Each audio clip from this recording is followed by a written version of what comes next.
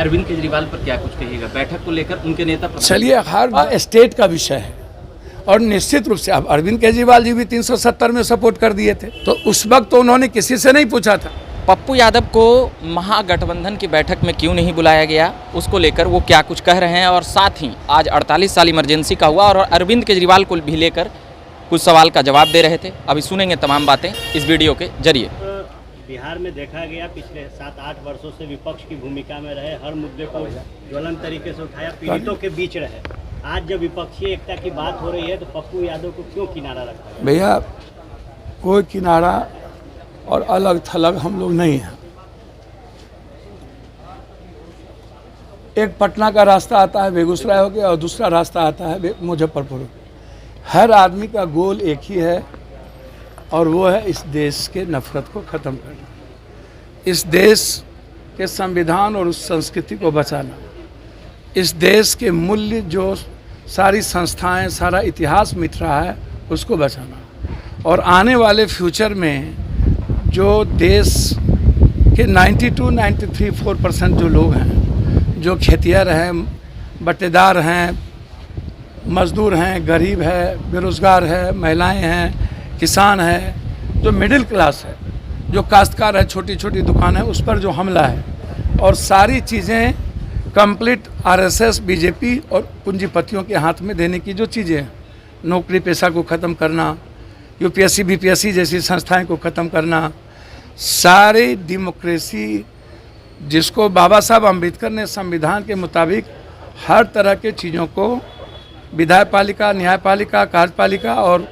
सारी शक्ति जनता के हित में क्या होनी चाहिए जो दिया है, उसको संपूर्ण तरीके से ख़त्म करके, और आने वाले समय में वोटिंग राइट भी भारत के आम आदमी का छीन के अमेरिका के तर्ज पर, और जाति जनगणना से लेकर के आम आदमी के जीवन की जो इकोनॉमिकल फ्रीडम है उसको ख़त्म कर पूंजीवाद को लाना,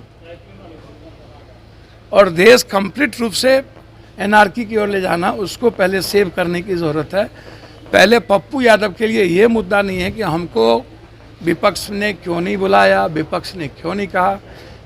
आज अहंकार की ज़रूरत नहीं है, अहंकार को विसर्जन करके सबको चलना पड़ेगा। अहंकार रहते हुए हम व्यापक रूप से बड़ा काम नहीं कर पाएंगे, और सही माने में नीतीश कुमार जी ने एक अच्छी पहल की है, एक अच्छा प्रयास किया है और ऐतिहासिक प्रयास है ये। कम शब्दों में पप्पू जी, जहां तमाम राजनीतिक दलों ने कहा कि हम अपने अपने जगहों पर समझौता करेंगे, जहां ज़रूरत होगी वहां पीछे भी हटेंगे, ऐसी ज़रूरत पड़ी तो पप्पू यादव भी इन रास्ते पर चलेंगे?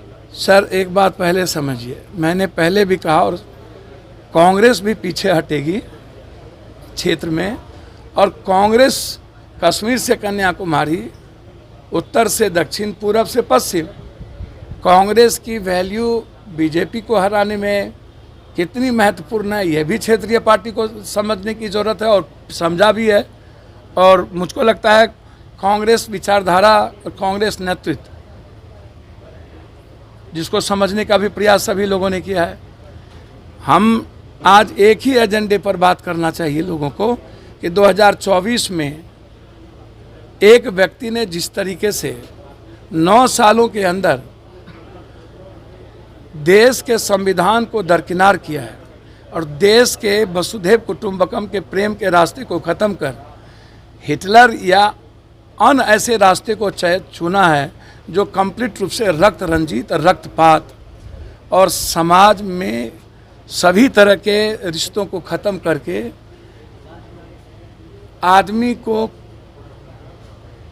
पूंजी पर और वो ये सोशल मीडिया जैसी चीज़ों से आवाज़ करके कंप्लीट रूप से उसके ज़रूरत से हटा करके नरेंद्र मोदी ने जिस तरह की राजनीति की है, आज उस राजनीति के खिलाफ बात करने की ज़रूरत है।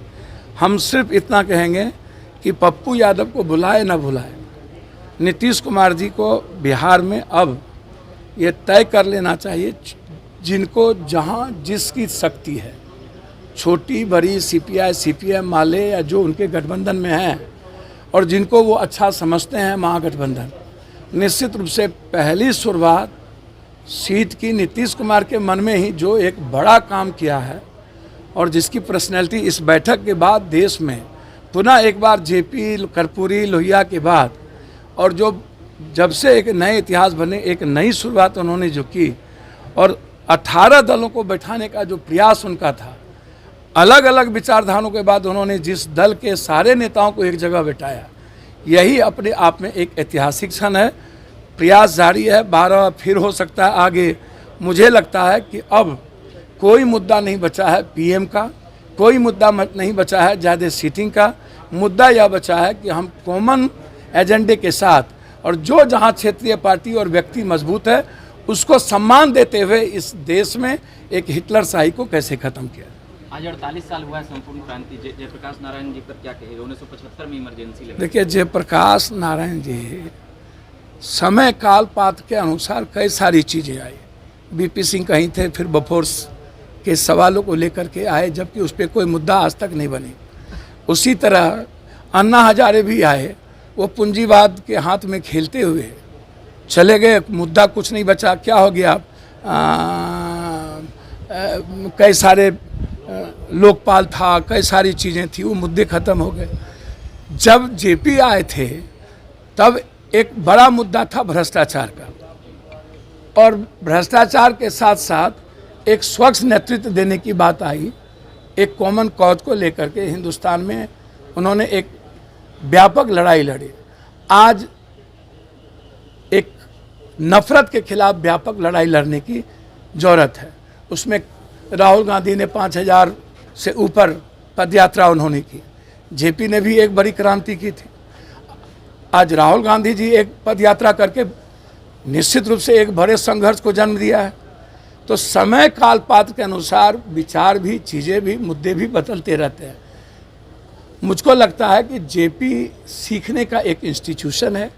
जेपी एक विचारधारा थी, संघर्ष करने के प्रतीक थे, और जेपी के पदों पर चल के ही हम किसी भी मुद्दों को अंतिम रूप दे सकते हैं। जेपी को हमेशा, गांधी को हमेशा, सुभाष चंद्र बोस को हमेशा, भगत सिंह को हमेशा हर मुद्दों पर, हर समय, हर विचारों में उनकी जीवनी की आवश्यकता है, और मुझे आत्मसात करके उनके जीवन को अपने जीवन में उतारते हुए एक नई क्रांति की ओर बढ़नी चाहिए।